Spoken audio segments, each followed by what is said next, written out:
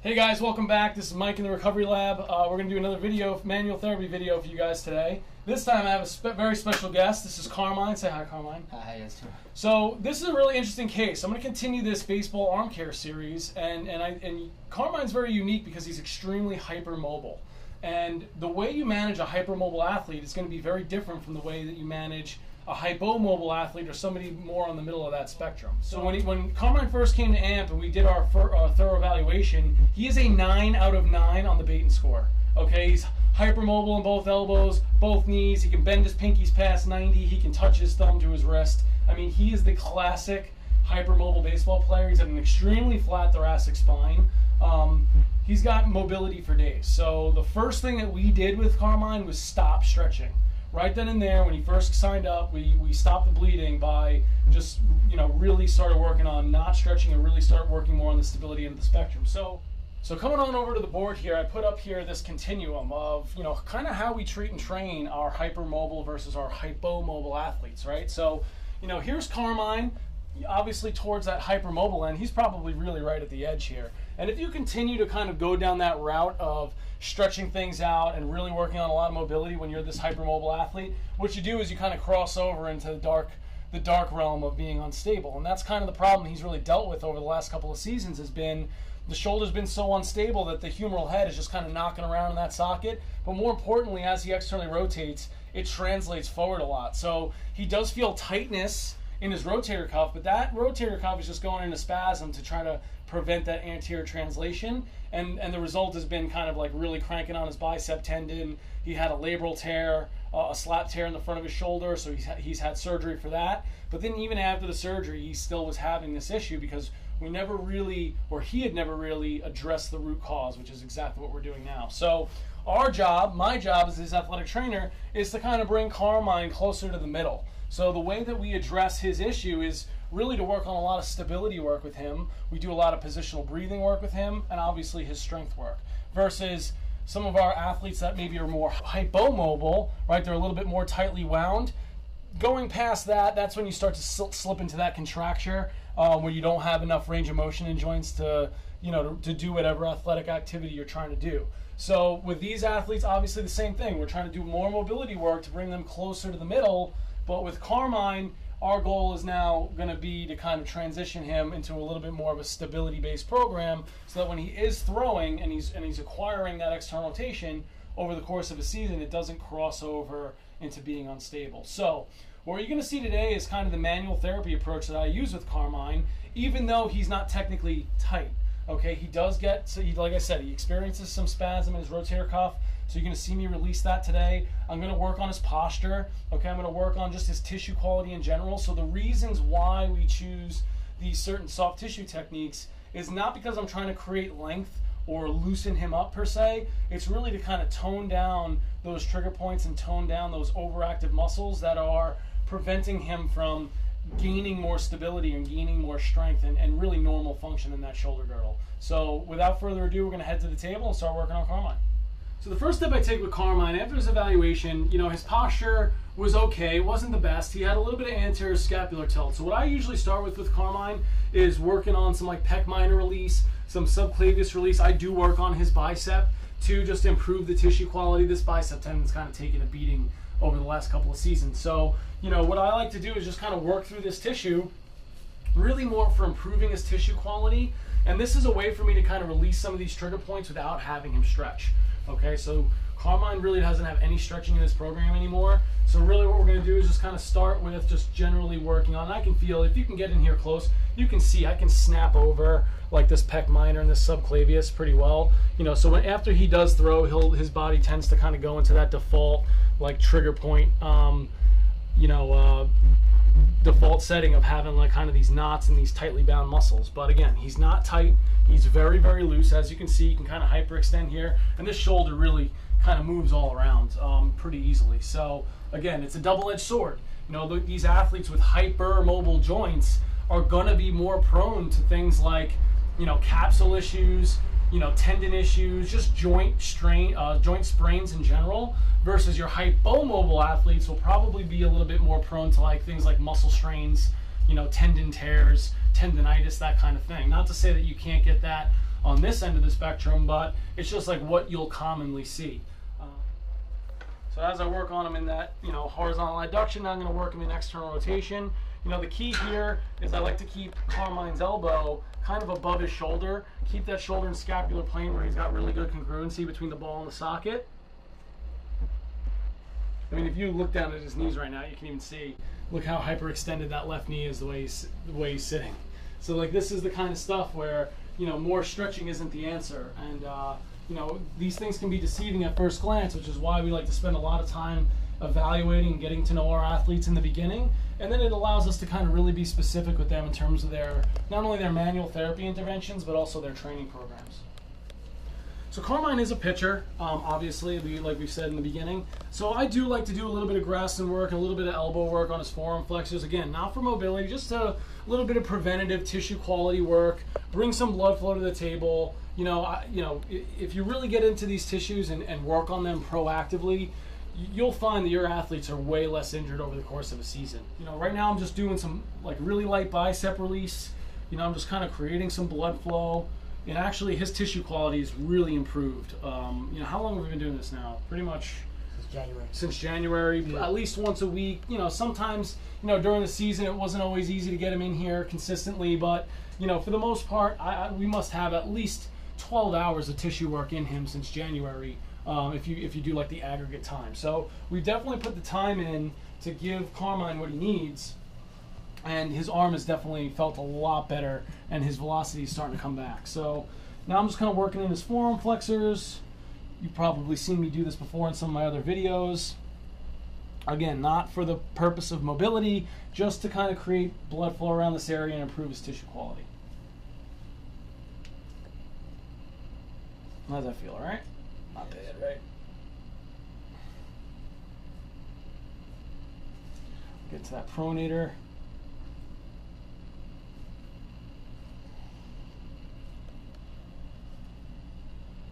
Nice. Okay, how's the...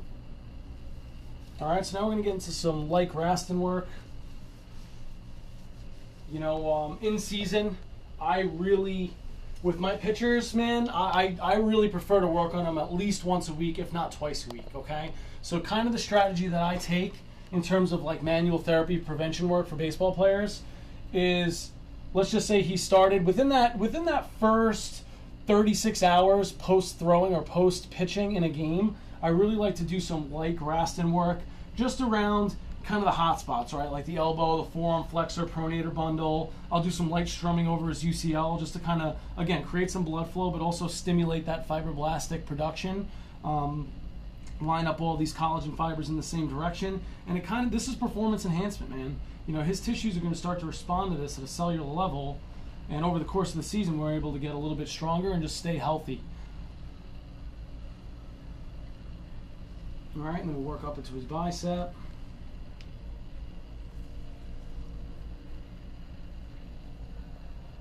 Now he's all the way pronated, so we'll kind of get in this extensor group as well. This isn't a ton of pressure, pretty light stuff, it's just enough to create some blood flow. You can see his skin is reddening, but again, I'm not crushing him, there's no bruising, we're just raising his tissue temperature.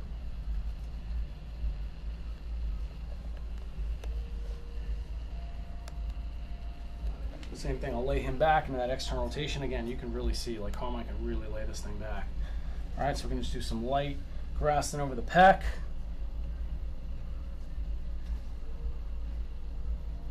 All right, and then I'll get this smaller instrument, right, this smaller beveled edge here, and we're actually gonna bring him to kind of like a little bit of neutral. I'm gonna slide that anterior delt out of the way and just kind of work directly over that bicep tendon. Really, really light pressure. I'm not trying to irritate this thing anymore, but just creating a little bit of blood flow. So right now we're just fighting fire with fire. We're actually creating a little bit of light inflammation in this area, and that's going to help kind of stimulate that healing process to kind of start up again. And if you're already inflamed, if you already got a case of biceps tendonitis, this is a absolutely rock star treatment for that. You know, just bring a little bit of blood flow to the table. I don't like icing tendons. You know, you're just going to restrict the blood. You're going to decrease the tissue temperature, and all you're doing is delaying that process, which is already going to happen. So now I'm kind of working around this coracoid process, kind of into his subclavius, pec minor. Really light pressure. And again, now that he's externally rotated, it kind of exposes some of these other structures of the shoulder to the front. So kind of hit this again. Bueno, okay? Awesome. So the next thing I do with Carmine is I'm just going to work on his teres and his subscap a little bit. This is not, again, to create more external rotation or anything like that. He does tend to have a little bit of poor separation between his glenohumeral movement and his scapulothoracic movement. So in here, just kind of ranging him through. I'm working on his teres major, his teres minor, part of his rotator cuff.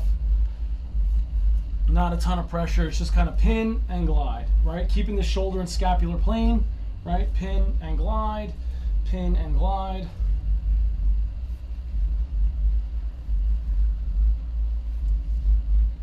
Nice. All right, now we're going to move into some subscap work. Again, his subscap, you know, when his shoulder's feeling cranky, his subscap is always kind of like really triggered up. So we'll just get in here and do some light tissue work. How does that feel? Pretty terrible? Yeah, it doesn't tickle, you know. Even though I'm in his armpit, you know, I try to use as many fingers as I can and just kind of get in here and work on some of these little trigger points. And usually what happens is as I kind of get into it, do this little bit of release work in here, it gets a little bit better and a little bit better and a little bit better until it's really not that painful anymore. But in the beginning, you know, with new clients, I won't crush them in here. It is a sensitive area. You do have some blood vessels and nerves that run through this area, so you got to be cognizant of, you know, some of these delicate structures that can be hidden in this like armpit or axillary area. But for the most part, you know, Carmine, you can see his face. You know, he's pretty calm. He's not really grimacing much. Get in there. Spike Lee angles. Okay, now we're going to lay him up over his head. And again, you know, the same process. Finish up some Graston work. I'm also going to do some Graston through his serratus, just again for blood flow and tissue quality.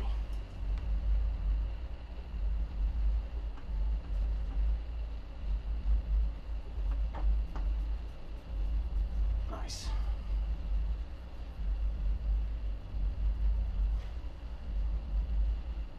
Now pick this like concave instrument, just matches real nice.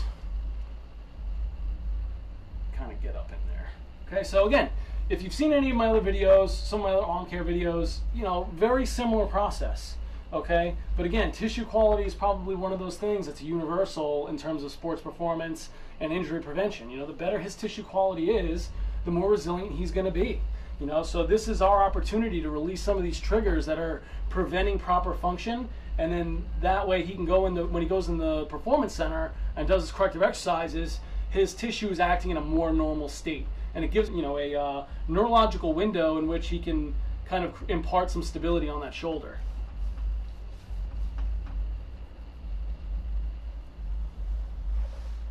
All right, nice.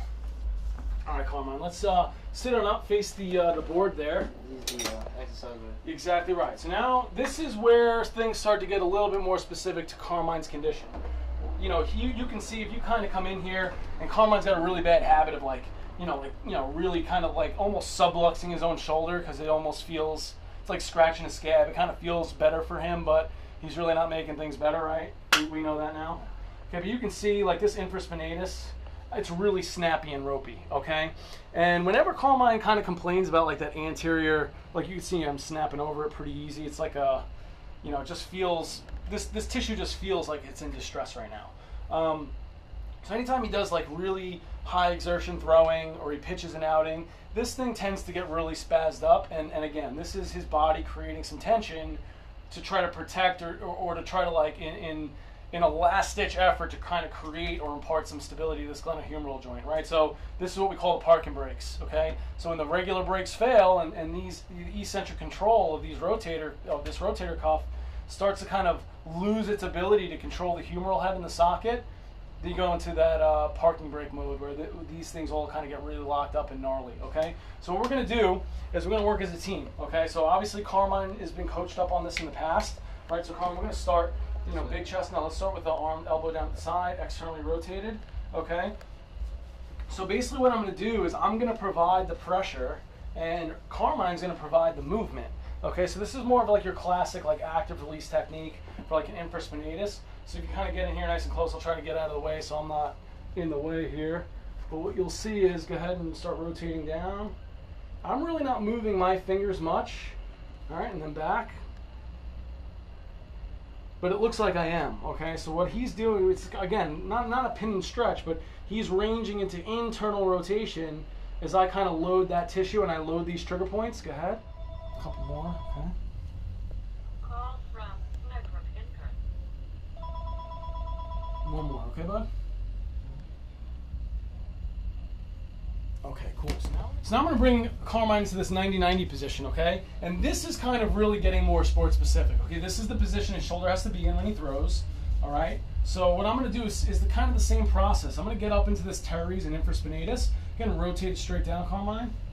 All right, I can really feel that tissue density and that spasm right now. Go ahead and rotate it down. Beautiful. Again. Rotate it down. You know, this is where you maybe can do some dry needling or some cupping or, you know, some Graston work or whatever kind of reset you feel is in your wheelhouse as a clinician. You could definitely do these. I still prefer these manual techniques. Obviously, the fascial release as well as the Graston because of the added benefits of just increasing the blood flow or the vascularity around this area and also just the tissue quality. So while dry needling would be great to release the spasm, you're probably not going to get as much of the physiological benefits of massage with that. So we'll take the time here, kind of work through this last one.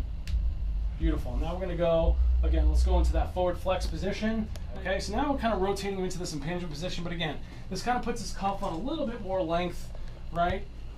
Let's go 6 more, Carmine. So you're going to start at the top and rotate down, okay? Start at the top and rotate down. So still working through that infraspinatus and that teres. Go ahead. Rotate down. Nice. Beautiful. Keep it going. I don't normally use my thumbs this much, but I want you guys to be able to see kind of what I'm doing here. Okay, rotate down one more time. I can feel it moving around a lot back there. Yeah, ready? One more time. Okay, ready? So now just come back down to normal, okay? So already you can see that snappiness is kind of gone away, okay? So we've kind of released all that spasm in this area, okay? So now what we're gonna do is put that hand on the shoulder, okay? And again, same process as before. We're gonna work on some light Graston around his cuff, around his scapular stabilizers. You know, his serratus, I'll put him up over his head, and just kind of hitting this whole like posterior chain here, okay? All right, so he's also going to protract that shoulder blade, right, by pushing your elbow forward. Again, that kind of puts this tissue on a little bit of length, and it kind of exposes that like serratus posterior and that middle trap, that lower trap, and that rhomboid on a little bit of stretch.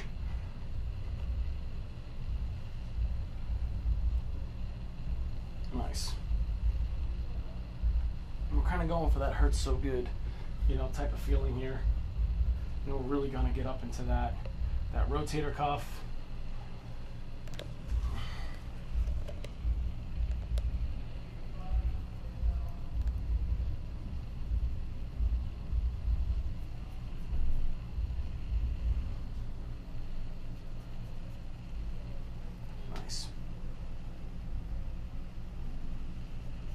Carmine, go straight up over your head, brother.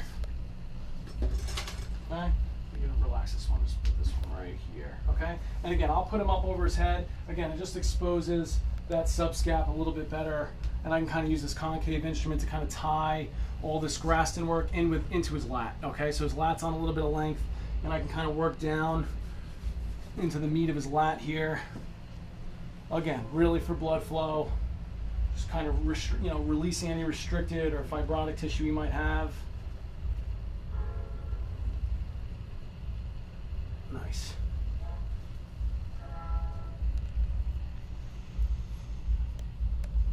Okay, redness, no bruising. All right. All right, Carmine, we're just gonna wipe you down here.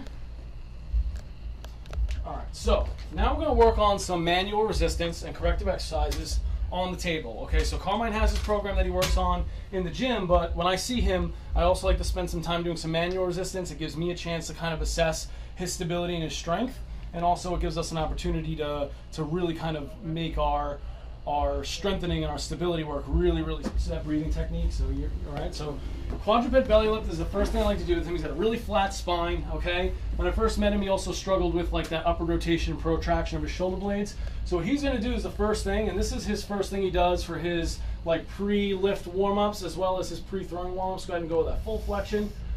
Okay. Good. Push away and breathe. Good. All right. So what we're doing is kind of giving him back some of this thoracic flexion. Okay. He's a little bit in lumbar flexion too. This is an unloaded position, so it's fine, right? So as he takes a nice big diaphragmatic breath in, he's gonna blow it out hard and aggressively push away, right? Get that serratus turned on, and he's gonna do 6 breaths and just 1 set. Okay. This is a really great way to kind of almost reset his hips and his shoulders, as well as impart some stability in the system. Okay. So this breathing technique has really done a great job of kind of helping him reset, and as the first thing he does before he starts to throw.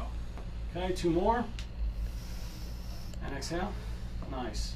So now we're going to get into our manual resistance patterns. Again, Carmine's really well coached up on this. We've done this a lot. So he does a really good job. Okay, so this is a really great opportunity to show you kind of what these sessions look like when we're kind of doing it at full speed. Okay, so the first thing we're going to do is external rotation isometric holds. Okay, so what I'm going to do is bring him to that 90-90 position, right? Elbows kind of in front of his chest. So I'm going to bring him in that scapular plane. So it's got a really nice congruency of the shoulder. Okay, and I'm kind of laying him back. And so what Carmine's going to do is bend both knees. He's going to flatten his back on the table, right? Bring his rib cage down. His core is engaged, okay? And he's just going to monitor with his other hand that anterior part of his shoulder, okay? So he's feeling for that translation of the humeral head forward to make sure that that doesn't happen. He's not like depressing it. He's just kind of monitoring it and to let me know. He should feel this deep in the back of the shoulder or like deep inside the shoulder in that cuff. He should not feel it in the front. Okay, so the first thing we're going to do is I'm going to lay him back to his external rotation range, and he's just going to press into my hand. Okay, so we're going to do 6 reps. I'm just going to tell him on, off as the verbal cue. Okay, so on, off, good, on, off, on, off, on, off, on, off, on, off, one more, on, off. Okay, so obviously Carmine's got a ton more layback than this, but I kind of pick a range that he's got some active movement left, because we're going to strengthen when we do these isometrics the 15 degrees in this direction and the 15 degrees in this direction.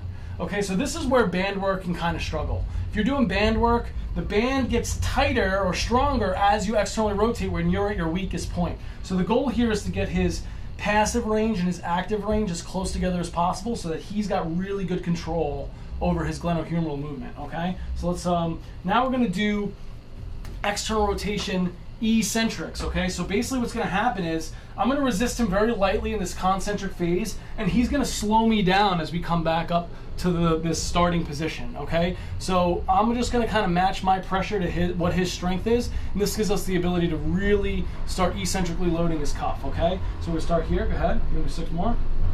All right, so he's just slowing me down. I'm supporting his elbow. Nice. 2 more. Nice. 1 more. Come on. That's a boy. Good. Okay, so obviously, you heard him say this one kind of, he feels it, it's tough, but again, any eccentric contraction is going to be a little bit uncomfortable. Okay, so the next thing we're going to do is external rotation / internal rotation isometric holds, right? So we're going to go back and forth from external to internal rotation. Okay, so when I first started doing with him, I gave him the verbal cue of ER, IR, and then since then we've kind of moved on to more of a reactionary drill where I just change my pressure and he's got to match it. Okay, so that's the biggest difference between strength and stability, guys. Okay, strength is how well can you move through a range of motion with resistance. Stability is with the reactivity part. Okay, so the rotator cuff is a reactionary muscle group, right? So it will respond and recruit based on the stress that's applied. So that's what we're trying to impart, is that nervous system control. Okay, so you ready? We're going to ER holds again. I'm supporting his elbow really well. Okay, so we're going to go, I'll do the verbal cues first, and then in the second round we'll do the reactionary ones. Okay, so go ER, IR, ER, IR, ER, IR, ER, IR, ER, IR. One more time. IR. Good, nice job. Okay, so now we're gonna roll through that one more time, and then we'll kind of come back on camera and I'll show you guys the next drill. So these are the reactionary drills that I was just telling you. So I'm not giving him any cue. I'm just changing my pressure, I'm changing the tempo, and making him react to it. Okay, I make sure I'm keeping him in scapular plane. He's monitoring his humeral head. One more. Okay, but that's kind of the reactivity that I want to see out of his rotator cuff. And the more you do that, the tighter that window becomes of when I change direction. Okay, so just be aware that you're not cranking on his elbow. That's why I kind of give him a little bit of support here too. And when I go into external rotation, I'm not really cranking on him. Okay, that's just get a little bit of a feel for it with your athletes. Start off really light, but this is something we've done a lot of. Okay, so next thing we're going to do is some rhythmic stabilization work. Okay, so it's with Carmine, again, I like to have him protract. Okay, and I see a lot of mistakes with this online. You know, I've seen videos of guys just kind of indiscriminately slapping arms. I see that on the field a lot. What we want to do is give him a chance to be successful. Okay, so he's gonna close his eyes so that we're taking away his visual acuity system.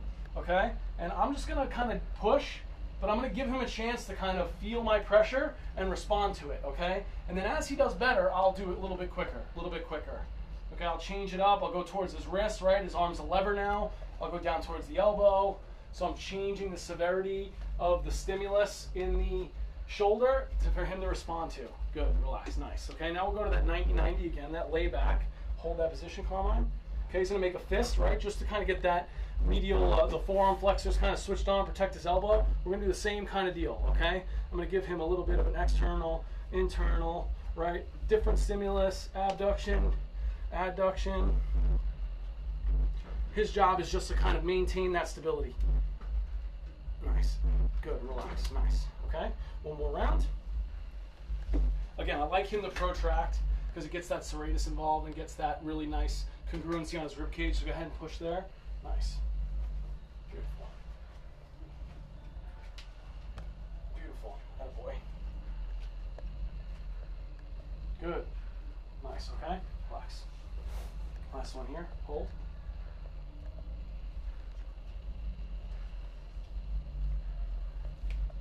Nice job, buddy. Come on, keep it going.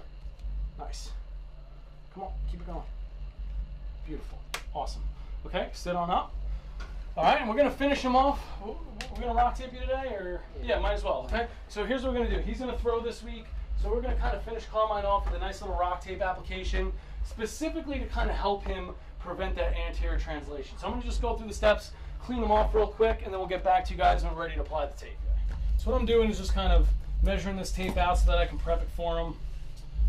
He's gonna go out and throw this week, so we're gonna use the rock tape as kind of like a way to augment the treatment, okay? So we'll prep this real quick.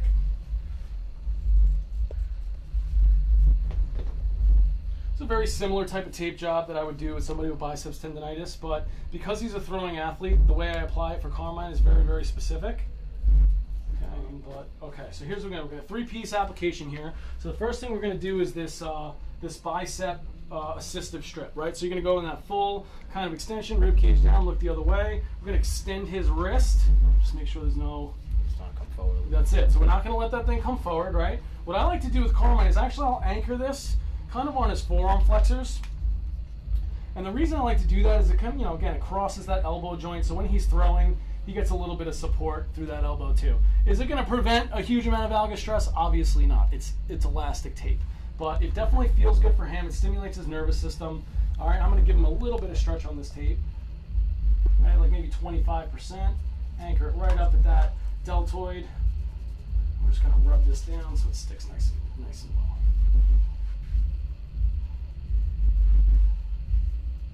All right, awesome. Ready? So now we're going to go into that kind of layback position. We're going to externally rotate. So this next strip, what I like to do with this one is kind of put it across the front of his shoulder, again, with a little bit of tension. And the purpose for this one is really to kind of prevent that anterior translation, right? So I'm going to anchor it on his, almost like his deltoid tuberosity, and I'm going to put a little bit of stretch on there, and then have it kind of live up in his AC joint. You don't want to cross that armpit, obviously, because then the tape will just kind of wrinkle up. But that actually looks like it's in a great position, okay?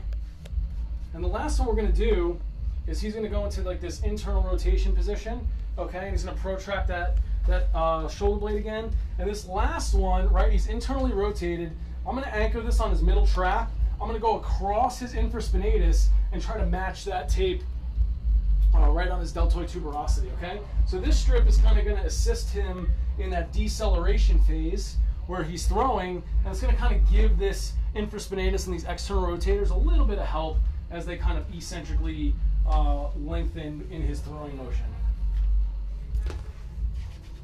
Whoop, I kind of gnarlied that one up a little bit. Actually, we'll fix it. Perfect. Okay. Rubbing it down. And there you have it, okay? So that's a kind of a specific application of rock tape for an athlete who has some bicep tendon irritation, maybe a little excessive anterior translation, and like that rotator cuff spasm, just to help bring some blood flow to the table. So thank you guys for coming to visit me in the recovery lab. Carmine, say thank you. Thank you. All right, and we'll look forward to seeing you guys next time. If you're not already subscribing, please subscribe. Show some love. We really appreciate the support. You could also check out more stuff on www.ampathletes.com. You can follow me at MikeStella_ATC on Instagram, as well as Facebook here in the Recovery Lab. So hope you guys have a great day, and let's go Mets.